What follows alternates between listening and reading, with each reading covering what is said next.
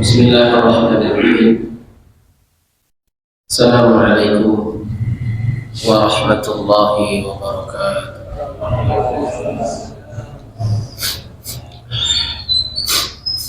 Alhamdulillah, alhamdulillahi rabbil alamin.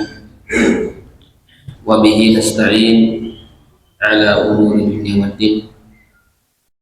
Salatu wassalamu ala asyrafil anbiya wal mursalin sayyidina wa maulana Muhammadin wa ala alihi wa sahbihi ajma'in wa man tabi'ahum bi ihsanin ila yaumiddin. Amma ba'du, hadirin wal hadirat, para jamaah, para kiai, para asatidzah, alimil ulama, hadirin kaum muslimin yang berbahagia. Alhamdulillah, pertama kita bersyukur kepada Allah Subhanahu wa taala. Dalam keadaan apapun kita berusaha untuk bersyukur kepada Allah Subhanahu wa taala. Alhamdulillah ala kulli halin. Qadarullah, hari ini saya dikasih kondisi badan kurang fit, sedang pilek, batuk. Mohon doanya, mudah-mudahan dikuatkan, karena besok subuh juga ngisi lagi, besok maghrib ngisi lagi. Jadi mohon maaf agak sedikit meler-meler, tapi insya Allah kajian tetap berlanjut, karena ini adalah amanah dari umat. Amanah apa namanya? Amanah ilmu, ya. Salawat dan salam semoga senantiasa terlimpah curahkan kepada Nabi kita, Nabi Muhammad Sallallahu Alaihi Wasallam, kepada para keluarganya, para sahabat-sahabatnya, dan juga kepada kita umatnya.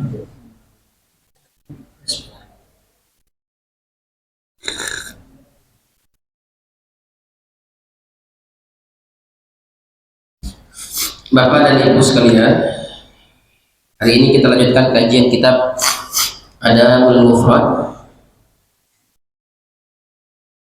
pembahasan tentang al-jaza'u min jinsil amal, ya. Artinya adalah balasan itu sesuai dengan amalan. Orang yang berbuat baik di dunia, maka dia akan mendapatkan kebaikan di akhirat.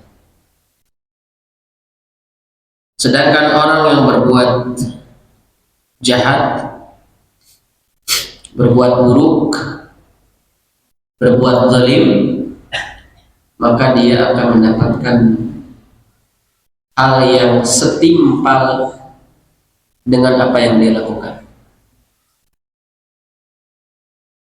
Para jamaah sekalian rahimakumullah, inilah dunia.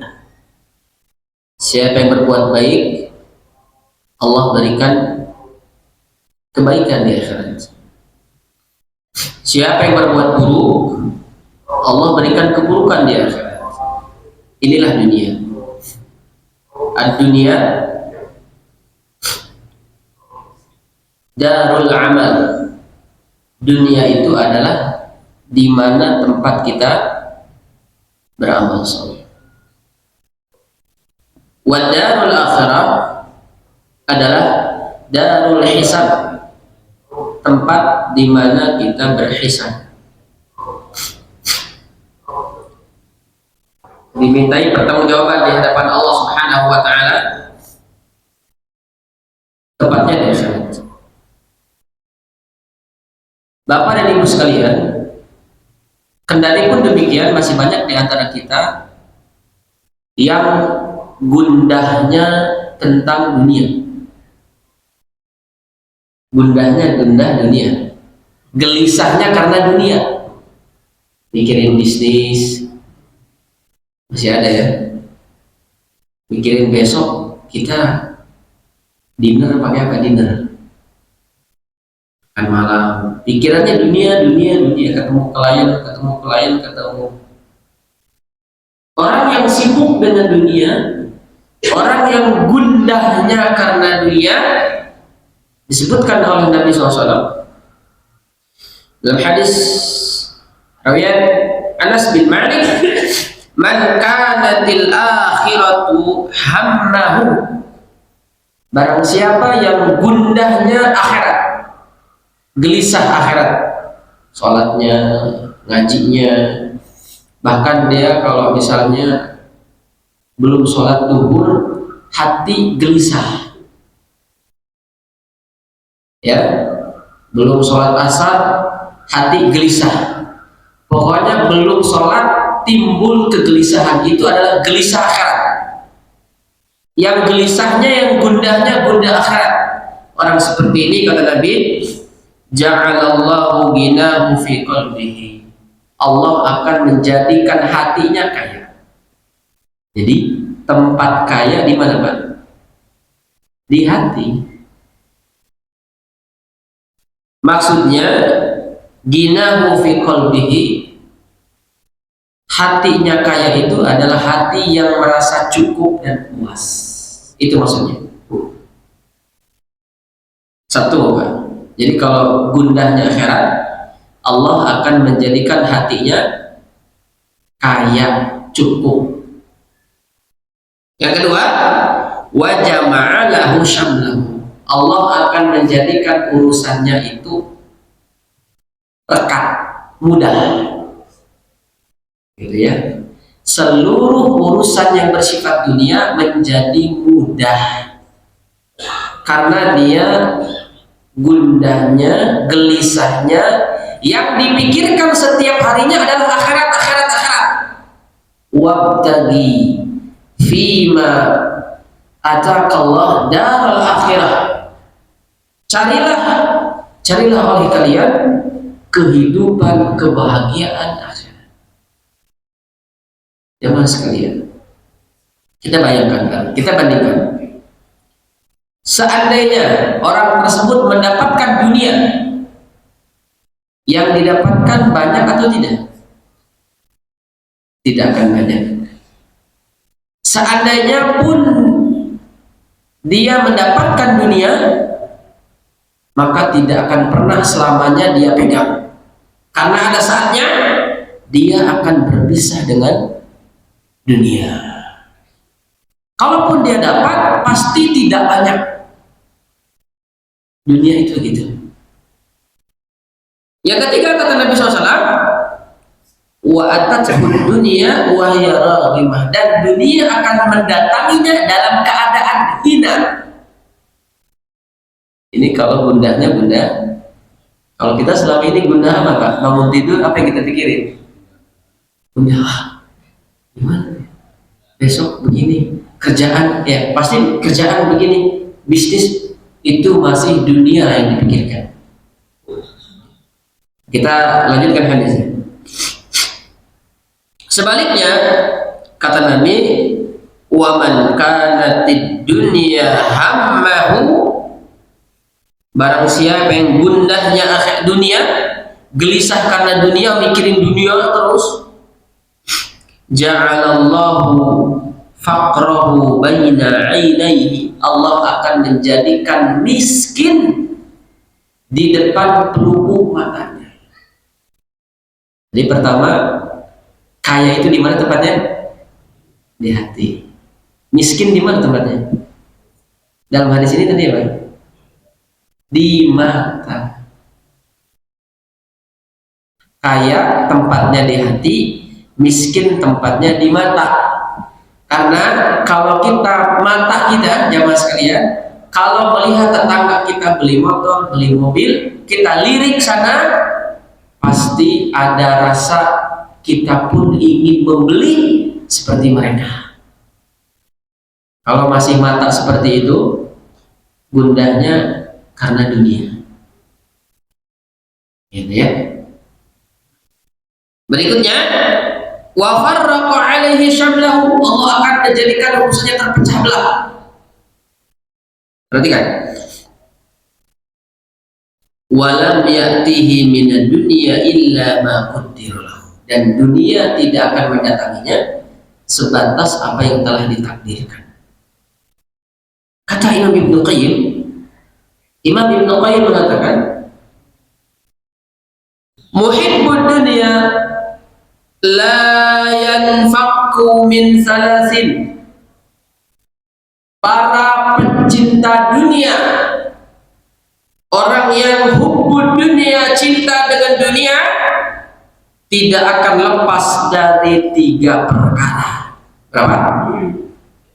3 perkara. Orang yang cintanya dunia, dia tidak akan pernah lepas dari 3 hal. Yang pertama apa? Hammun lazimun, kesedihan yang terus menerus. Orang kalau sudah cinta dunia, akan Allah berikan hati yang sedih, tidak akan pernah berhenti. Yang kedua, wa ta'abbud daimun, diberikan hati yang capek, lelah, yang tidak akan pernah ada habisnya. Mikirin dunia capek, lelah. Yang ketiga, hasratun la tanqadi, kerugian yang terus menerus. Kata Ibnu Qayyim, muhibbud dunia, orang yang cinta dunia, mereka tidak akan lepas dari 3 perkara. Yang pertama tadi apa? Sedih yang terus menerus. Yang kedua, lelah yang berkepanjangan. Yang ketiga, rugi, celaka yang tidak ada habisnya terus. Jemaah sekalian, inilah kehidupan dunia yang hari ini kita singgahi. Sehingga di dalam hadis ini, dalam kitab Adabul Mufrad disebutkan, ya, dari sahabat Qabisah, namanya Qabisah. Qabisah ini nama sahabat laki-laki, jamaah sekalian, ya.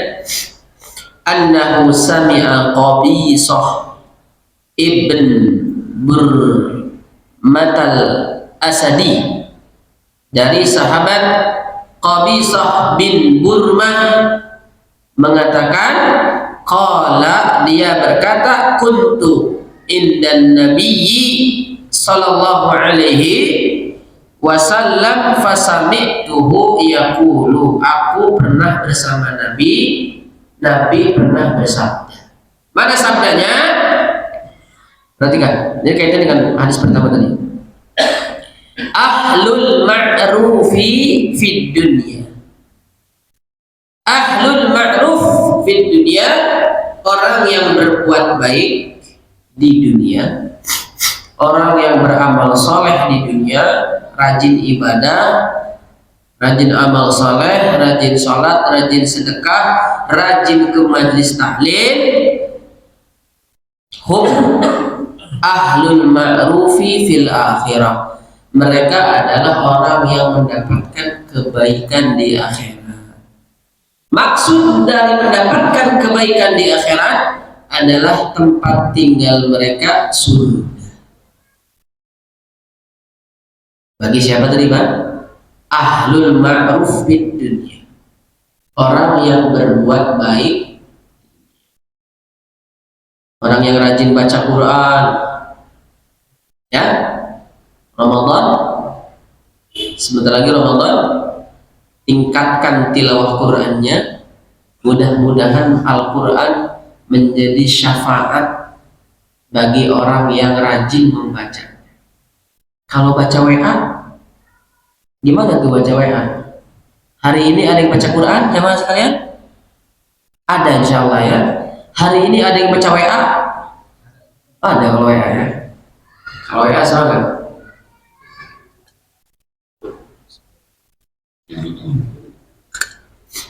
Kata Al-Quran, yaqulul Quran, Al-Quran berkata,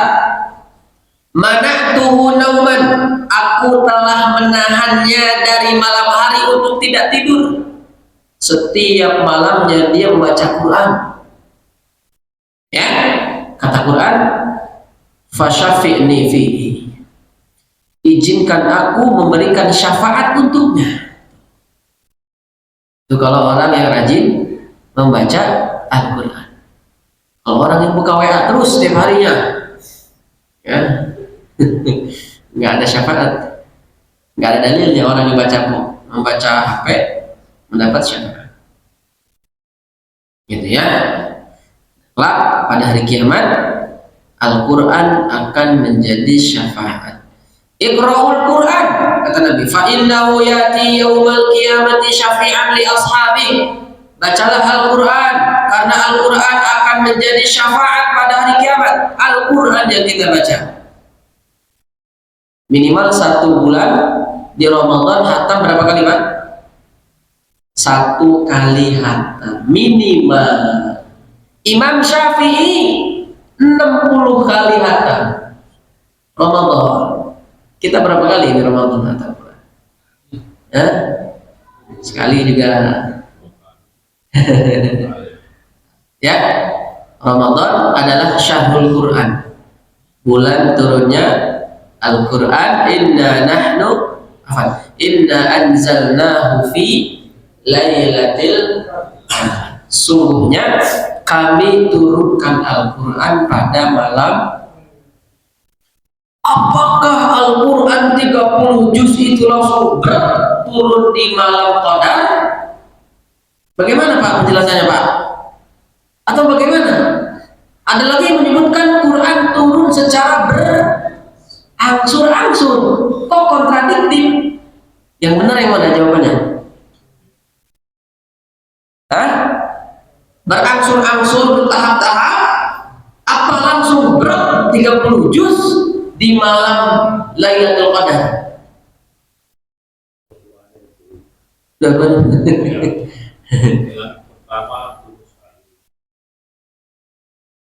Langit pertama itu maksudnya gimana? Langit pertama itu bukan di langit pertama, tapi di langit dunia. Di langit dunia itu ada namanya tempat yang bernama Baitul Izzah. Gitu ya. Dari situ kemudian turun secara bertahap-tahap, berangsur-angsur sesuai dengan kondisi dan situasi. Makanya ada istilah asbabun nuzul. Apa asbabun nuzul? Sebab turunnya ayat Al-Quran. Gitu ya. Kalau Al-Quran turun sekaligus ya, ya, tapi nanti diturunkan kembali oleh Allah pada keadaan tertentu sesuai dengan kondisi dan situasi. Nah, kita targetkan untuk meraih sebagai ahlul ma'ruf, orang yang beramal kebaikan, beramal soleh di dunia. Mereka adalah ahlul ma'ruf di akhirat. Kebaikan ini banyak jamaah sekalian. Ya, kebaikan ini banyak. Bahkan setiap kebaikan itu bernilai sedekah. Kata Nabi, kullu ma'rufin sedekah. Setiap kebaikan itu bernilai sedekah. Jangan pernah meremehkan kebaikan walaupun kecil. Contohnya apa jamaah sekalian? Membuang sampah. Kita lihat sampah di pinggiran masjid, kita buang sampah itu ke tempat sampah, maka kebaikan tersebut akan mendapatkan balasan. Faman ya'mal mithqala dzarratin khairan. Barang siapa yang beramal saleh, beramal kebaikan walaupun sekecil ya, sebiji zarah. Ada yang mengartikan zarah itu bagaikan anak semut gitu ya, kecil, maka dia akan mendapatkan balasannya. Sekalipun kita senyum saja di hadapan saudara kita, ini bernilai sedekah. Asal senyumnya jangan kemana Pak? Tembok senyum gitu sih. Senyum saudara kita. Jangan ke akhwat aja senyum gitu. Gitu ya. Jadi kebaikan ini macamnya banyak. Maka tadi disebutkan oleh Bapak tadi, termasuk di dalamnya menghilangkan gangguan di jalanan, karena itu adalah cabang iman yang paling akhir. Hilangkan ya. Jadi silahkan hari ini kita perbanyak amal kebaikan sekecil apapun. Hari Jumat keropak lewat, siap-siap dari rumah, jangan sengaja kosong bawa duit, bawa minimal berapa Pak? 20.000 minimal, 30.000 ya, maksimalnya tidak terbatas. Siapkan infak, yang kita infakkan 10.000, 20.000 boleh jadi itulah yang mengantarkan kita ke dalam surga, daripada infaknya 30 juta, 40 juta, tapi disebut-sebut ingin dipuji oleh orang lain, tidak ternilai harganya.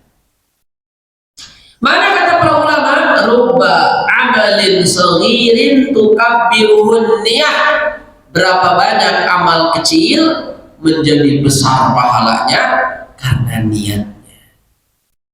Jangan dikira kita datang ke tempat ini tidak diganjar pahala. Kemarin saya bawakan hadisnya ya. Di antara amalan yang dapat menghapuskan dosa dan meninggikan derajat adalah memperbanyak melangkahkan kaki ke masjid. Hanya gambaran pahala kan nggak dikasih lihat oleh Allah. Seandainya setiap sholat dikasih uang 30 juta, insya Allah ini masjid penuh. Setiap orang mendapat 1 juta setiap kali sholat, kali 5 kali 5 juta, nggak perlu kerja, sholat aja ya. Jadi ikhwatul iman rahimakumullah, silahkan memperbanyak amal soleh, memperbanyak amal kebaikan, karena orang yang ahlul ma'ruf fid dunya hum ahlul ma'ruf fil akhirah. Orang yang ahli kebaikan di dunia diberikan kebaikan di akhirat, tempatnya adalah surga. Selanjutnya Bapak dan Ibu sekalian, wa ahlul munkari fid dunya, sebaliknya orang yang berbuat buruk, berbuat munkar, berbuat zalim di dunia, hum ahlul munkari fil akhirah, mereka adalah orang yang mendapatkan balasan keburukan di akhirat ya. Allah tidak akan pernah lalai terhadap perbuatan zalim seorang hamba. Allah tidak pernah tidur, tidak pernah ngantuk, dan tidak pernah lalai atas perbuatan zalim yang pernah kita lakukan. Mungkin zaman SMA kita pernah gosok, tahu gosok? Pakai sendal nggak bilang, namanya gosok. Itu akan mendapat balasan. Wa may ya'mal mithqala dzarratin syarran yarah. Orang yang berbuat buruk walaupun sebiji zarah, dia tetap akan mendapatkan balasan amalnya. Dulu zaman kuliah mungkin pernah ngutang ke ibu kantin belum bayar. Itu tidak akan pernah luput dalam pandangan Allah, akan tercatat dan akan mendapatkan balasan di hari kiamat. Mungkin dulu zaman jahiliyah kita pernah ngumpetin sendal ketua DKM. Mungkin zaman jahiliyah, zaman jahil, zaman anak muda itu akan mendapatkan balasan di sisi Allah Subhanahu wa taala. Sebelum yaumul hisab tegak hari ini, segeralah kita bertaubat kepada Allah. Mudah-mudahan dengan kita bertaubat, amal-amal yang munkar, amal-amal yang bersifat maksiat Allah hapuskan, bahkan Allah angkat derajat kita. Gitu ya. Jadi ada dua sisi di sini jamaah sekalian. Inilah yang disebut al-jaza'u min jinsil amal. Setiap kebaikan sesuai dengan amal yang pernah dilakukan. Nah, jamaah sekalian, hadis ini pandangan para ulama mendorong kepada kita untuk memperbanyak melakukan kebaikan apapun. Contoh kebaikan banyak ya. Contohnya apa? Tadi banyak ya. Memberikan jamuan kepada tamu, berbuat baik kepada tetangga, menjaga sholat 5 waktu, membaca Quran, ya. Meninggalkan keburukan juga banyak, meninggalkan ghibah, ya, meninggalkan maksiat, menjaga mata agar mata kita tidak melihat hal-hal yang haram, gitu ya. Jadi dorongan untuk melaksanakan berbagai macam kebaikan sekaligus meninggalkan perkara-perkara yang munkar.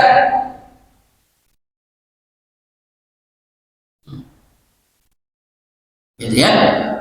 Jadi kalau kita mengamalkan satu hadis ini saja, kita menjalankan kebaikan, menjalankan amal saleh dan meninggalkan kemunkaran, maka tempat kita adalah jannah Allah Subhanahu wa taala. Dalam sebuah hadis yang lain disebutkan tentang empat hal yang kita lakukan di dunia, maka 4 hal itu pula yang akan mendatangkan manfaat kepada kita. Yang pertama adalah lisanun dzakirun, lidah yang selalu berzikir kepada Allah Azza wa Jalla. Ini contoh kebaikan bukan? Contoh kebaikan. Lisan yang selalu berzikir kepada Allah adalah kebaikan. Lisan yang selalu basah dengan zikir kepada Allah adalah kebaikan. Bahkan seandainya ketika kita berzikir kepada Allah, hati menjadi tenang dengan zikir. Subhanallah, alhamdulillah, wa la ilaha illallah, Allahu akbar, la haula wa la, itu saja. Ala bi dzikrillahi tatmainnul qulub. Hanya dengan berzikir kepada Allah, hati menjadi tenang. Ya, mencari ketenangan tidak jauh kemana-mana. Mencari kebahagiaan, ketenangan, kedamaian tidak perlu datang ke pantai-pantai, ke puncak-puncak. Cukup datang ke majelis ilmu, berzikir kepada Allah, hati menjadi tenang. Gitu ya, subhanallah, subhanallah terus. Jadi lisan kita ini Allah ciptakan untuk berzikir, bukan untuk ghibah. Lisan kita Allah ciptakan untuk zikir, bukan untuk membicarakan perkara-perkara yang tidak bermanfaat. Gitu ya. Lantunkan, lazimkan zikir kepada Allah. Itu satu. Yang kedua, di antara contoh kebaikan adalah qalbun syakirun, hati yang selalu bersyukur kepada Allah. Ya,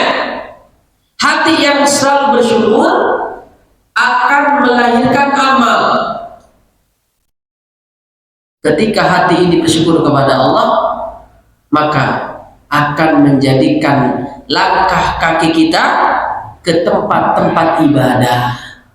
Hati yang bersyukur kepada Allah akan menjadikan mata kita memandang hal-hal yang boleh dan halal. Hati yang bersyukur kepada Allah akan menjadikan pendengaran kita mendengar hal-hal yang baik. Hati yang bersyukur kepada Allah menjadikan lisan kita selalu berzikir kepada Allah Subhanahu wa taala.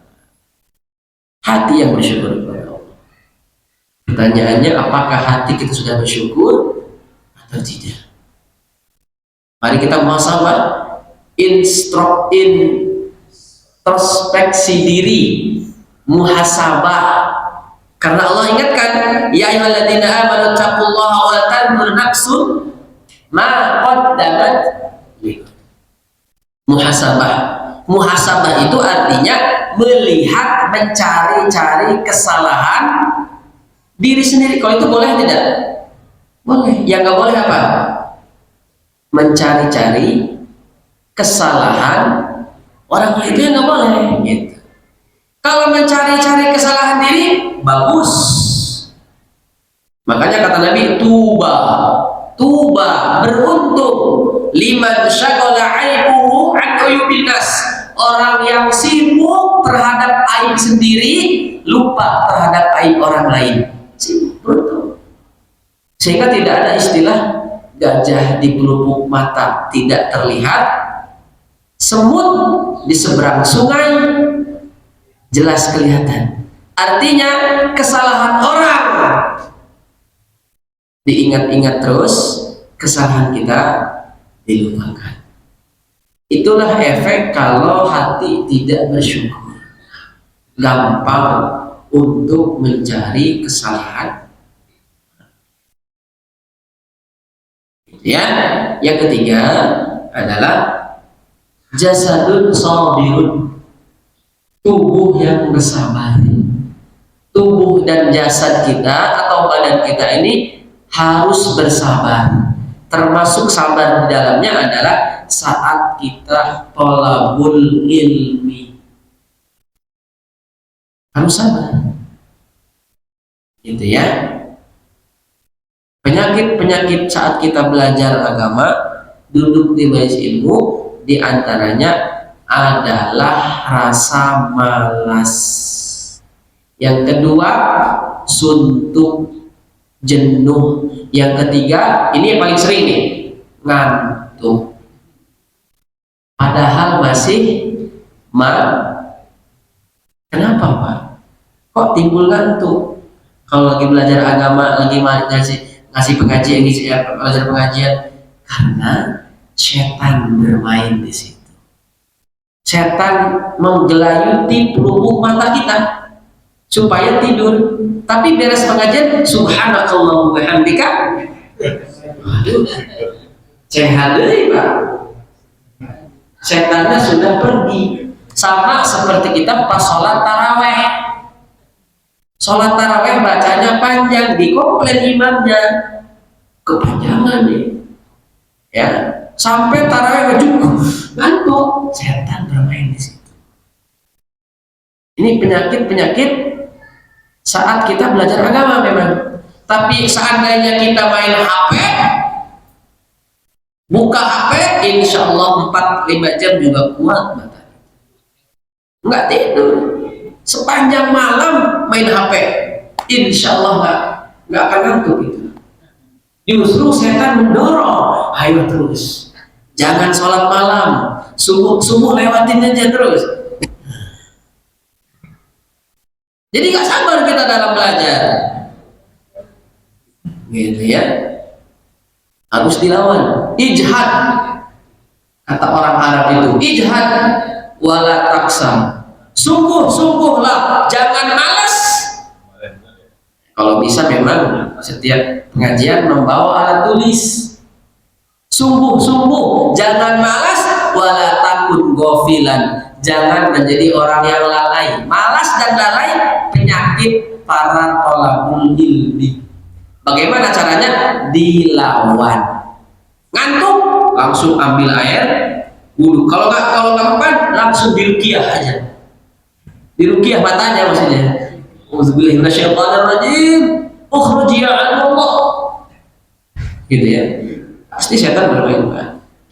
Terutama saat khutbah Jumat berlangsung. Ini momentum indah. Siapapun pasti apa bang, terlelap dalam lantunan khutbah Jumat. Gitu ya. Bagaimana caranya Pak kemarin supaya nggak ngantuk saat khutbah Jumat? Tipsnya gimana Pak? Kan kebanyakan kalau khutbah Jumat kan kita ngantuk ya. Bagaimana cara nggak ngantuk? Jadilah seorang khutbah Jumat. Kan pasti nggak ngantuk kalau jadi khatib kan? Jadi khatib pasti nggak ngantuk. Tapi kalau jadi mustami, pendengar, baru Assalamualaikum warahmatullahi wabarakatuh. Pas barakallahu li wa lakum fil Qur'anil gitu ya. Sekali lagi itu adalah bagian dari gangguan dari setan ya. Kadang-kadang boleh jadi kita juga lelah, makanya usahakan kalau ngantuk pindah tempat ya. Kalau khutbah berlangsung kita ngantuk boleh pindah tempat, asal jangan sambil ngomong. Kalau sambil ngomong tidak ada faedah Jumat kita. Bisa itu udah batal seperti itu ya. Jadi para jamaah sekalian rahimakumullah, jadi ini hadis luar biasa karena memang perintahnya adalah perintah untuk melakukan hal yang ma'ruf gitu ya. Jadi ma'ruf itu kata para ulama, ma'ruf itu adalah segala hal yang dianggap baik dan dihalalkan oleh syariat. Perhatikan ini penting ya. Ma'ruf itu, kebaikan itu jangan salah mempersepsikan. Menurut kita baik, belum tentu menurut orang lain baik gitu ya. Karena boleh jadi menurut kita baik, menurut mereka itu tidak baik gitu. Sekarang pertanyaan sederhananya adalah apa standar kebaikan itu? Kalau berbuat baik, orang kafir juga berbuat baik Pak. Ronaldo sedekah ke Ronaldo. Kenal Ronaldo Pak? Kenal ya pasti ya. Siapa anak perempuan Abu Bakar As-Siddiq Pak? Yang mengikuti Rasul ke Gua Sur? Nggak tahu ya. Tapi kalau ditanya siapa, Asma binti Abu Bakar. Gitu ya. Jadi kita standarkan yang dimaksud ma'ruf di sini adalah perkara yang halal dan boleh menurut syariat. Gitu ya. Itu hal yang ma'ruf. Makanya termasuk sedekah jadi adalah bagian dari kebaikan. Sebaliknya, perkara-perkara yang munkar tadi, munkar itu kan perkara yang dilarang, yang tercela. Munkar itu segala hal yang dianggap buruk, yang dibenci, yang diharamkan menurut syariat. Itu namanya munkar. Maka jangan salah nanti berbuat munkar bismillah, berbuat ma'ruf nggak bismillah. Mau maling bismillah dulu, mau maling. Salah kebalik gitu ya. Karena mencuri, korupsi itu perkara munkar. Ya, bukan hanya nggak boleh bismillah, nggak boleh mencurinya juga gitu. Ini ada orang mau berzina bismillah dulu ya. ada nggak boleh ya. Jadi perkara yang munkar bukan hanya dilarang membaca basmalah, tetapi dilarang pula untuk melakukannya. Makanya ada perintah dari Allah, amar ma'ruf nahi munkar. Ya'muruna bil ma'ruf wa yanhauna 'anil munkar wa tu'minuna billah. Kata Allah, kuntum khairu ummah, sebaik-baik kalian adalah sebaik-baik umat yang terbaik yang ada di akhir zaman. Syaratnya adalah satu, ya'muruna bil ma'ruf, mengajak untuk berbuat ma'ruf, baik, ajak orang berbuat baik, ajak kaji, ajak sholat, ajak baca Quran, ajak sholawat, ajak zikir, dan seterusnya. Yang kedua, wa yanhauna 'anil munkar, mencegah, melarang dari berbuat munkar. Tapi resiko melarang orang berbuat munkar lebih berat dibanding ngajak kebaikan. Resikonya lebih berat. Gitu. Ajak orang sholat, diapain kita, Pak? Dianggap masing-masing aja lah, gitu. Ya. Yang ketiga, kata Allah, wa tu'minuna billah, engkau beriman kepada Allah.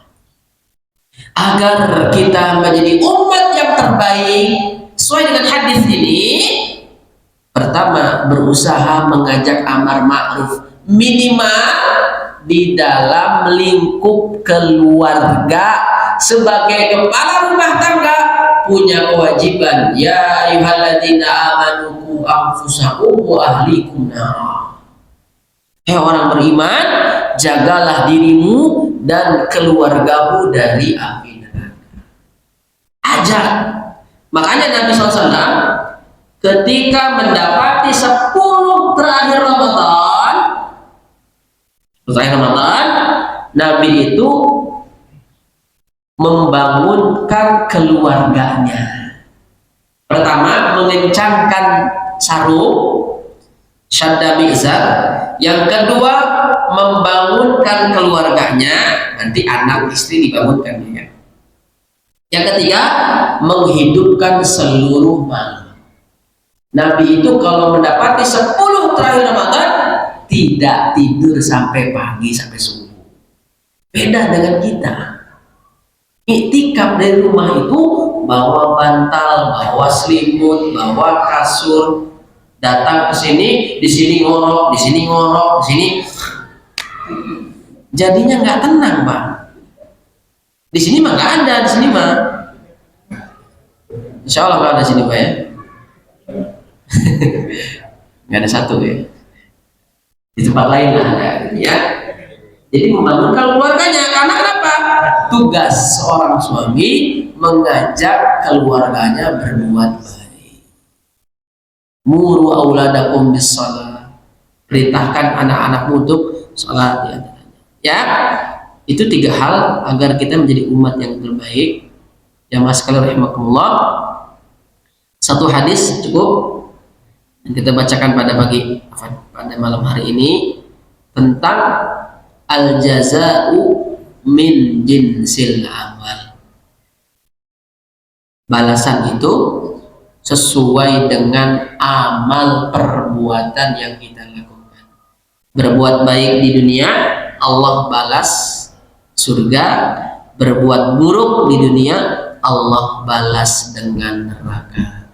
Berharap kepada Allah, mudah-mudahan kita termasuk ahlul ma'ruf di dunia, bagian dari orang-orang yang berbuat baik, mengajak orang berbuat baik, dan juga mencegah pada kemungkaran. Demikian yang bisa kami bahas pada malam hari ini. Mohon maaf sekali lagi atas kekurangan dan kehilafannya. Mudah-mudahan Allah memberikan taufiknya kepada kita, memberikan hidayah kepada kita. Sebentar lagi memasuki bulan Ramadan. Berapa hari lagi, Pak? Sebulan, ada sebulan? Seminggu? Berarti bulan Februari, ya? 2 bulan, ya? Allahumma balighna Ramadan. Mudah-mudahan Allah sampaikan usia kita pada bulan Ramadan untuk memperbanyak amal kebaikan sesuai dengan hadis ini. Apalagi Ramadan, Masya Allah. Udah deh, Ramadan, Masya Allah. Kebaikan, apapun kebaikan, sedekah, baca Quran, puasa, qiyamul lail, duha, zikir, majlis hadir di majlis ta'lim. Waduh, masya Allah. Ya, mudah-mudahan Allah sampaikan kita di bulan Ramadan ini. Demikian, enggak bagi bapak atau ibu yang ingin bertanya.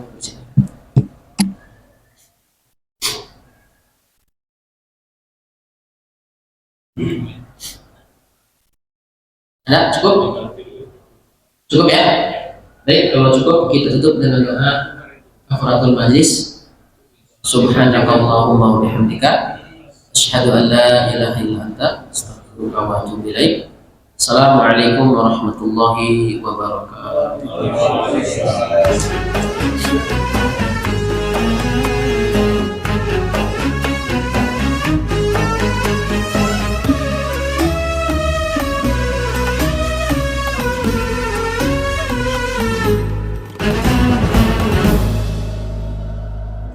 My heart is so full of longing. I wish to be close to my beloved. I dream to walk in the streets of Medina and to quench the thirst of my spirit by visiting you, O Muhammad.